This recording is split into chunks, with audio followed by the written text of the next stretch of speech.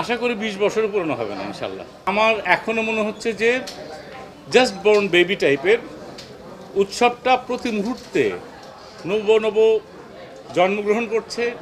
আমরা নিজেরাও দেখছি, দেখে মনে হচ্ছে বোর লাগছে না। হতে পারে যে নিজের বেবি, সেই জন্য হতে পারে, কিন্তু আমার যেটা মনে হচ্ছে যে ভালো লাগছে, পুরনো হচ্ছে না, এইটুকু বলতে পারি।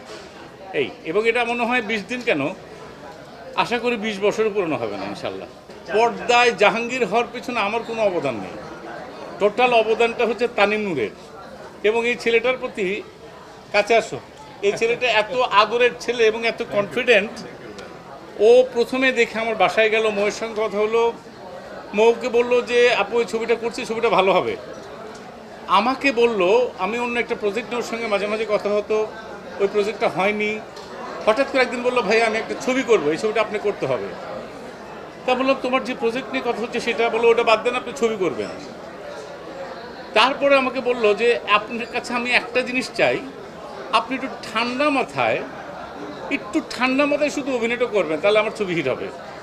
তো শুটিং করতে যে অনেক সময় বিরক্ত হতাম, আমি বিরক্ত হই, আর ওর সাচ এ নাইস বয় আমাকে বলকে, না না আপনি কিন্তু ক্যারেক্টারে আছেন। আমি উল্টে বিরক্ত হচ্ছে ওর উপরে, সে পজিটিভলি বলতেছে, না না আপনি ক্যারেক্টারে আছেন। এটা আমাকে মুগ্ধ করেছে। আমার কাছে একটা জিনিস মনে হচ্ছে ভাইয়া, আমি পোস্টারটা দেখলাম, ছবি দেখলাম, রিভিউ দেখলাম, প্রথমত আপনাদের কাছে আমি অনেক কৃতজ্ঞ, আপনারা প্রথম জানিয়েছেন। এবং সেকেন্ডলি আরেকটা জিনিস মনে হলো আমার কাছে, প্রোডাকশন বয় থেকে শুরু করে, প্রোডাকশন ডিজাইন থেকে শুরু করে প্রত্যেকটা আর্টিস্ট ইনক্লুডেড আমরা সবাই, ও সহকারে খুব সৎ ছিলাম মনে হয়। এতটাই সৎ ছিলাম, কোনো ডিসঅনেস্টির ভিতরে আমরা যাইনি। এইটা মনে হয় আমাদের সাকসেসটা নিয়ে এসছে, এটা আমার বিশ্বাস।